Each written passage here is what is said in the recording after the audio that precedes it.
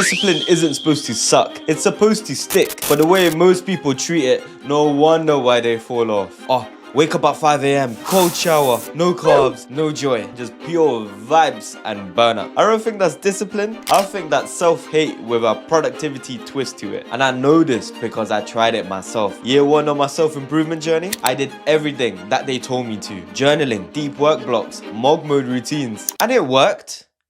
For like 4 days, then I burnt out, ghosted everything and pretended that it never happened. You see, I wasn't building discipline here. I was building a prison. But then one question changed everything for me. What if discipline could be fun rather than a wall? Ultimately making discipline so fun that it's hard to be inconsistent. So I stopped making my life so difficult. Instead, I made it difficult to quit because it was that enjoyable. See, the common issue is that most people think that they need more willpower. Nah, what they need in actuality is a system that feels so rewarding that it's difficult to ever step away. It almost gets addictive in a sense because no one quits the gym when they're strong. No one skips habits when they have that momentum. So here's the move. Here's how to fix it. You need to shrink the entry. You need to make it stupidly simple. For example, you don't need a 2-hour session. You just need 2 minutes with no resistance. That initial resistance is what we're trying to tackle here. We've got to do something so easy that your brain doesn't even have time to think and would think of yourself as so stupid if you want to complete the task. And then what you need to do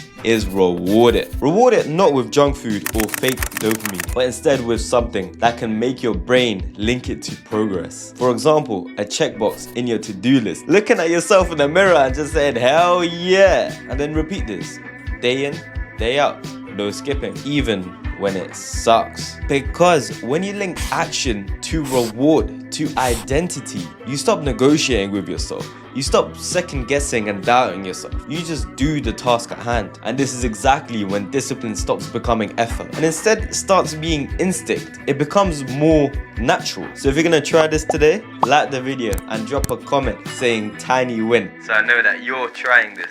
So then after that, I stopped chasing beast mode workouts. Now instead, I chase movement. I chase momentum. I stopped aiming for perfect content. And instead now, I just aim for output. I stopped glorifying intensity because one thing I've realized is that intensity dies fast. But momentum, that thing is immortal. And look, I realized that this isn't the most sexiest answer. It's not glow ups or highlight reels like on my Instagram at @gk.improvement if you haven't followed already. It's rhythm, it's repetition. Wins so small that nobody would even bother to clap for them. Until one day you wake up, the work feels lighter, the results feel louder, and then you realize that damn, this is who I am. I am someone who can do deep work for 90 minutes, for 2 hours. I am a gym rat because of how much I go to the gym. It will just become your identity and come naturally to you. And if you need help building that momentum, those systems, and a tribe to keep you accountable, school community, first link in the description.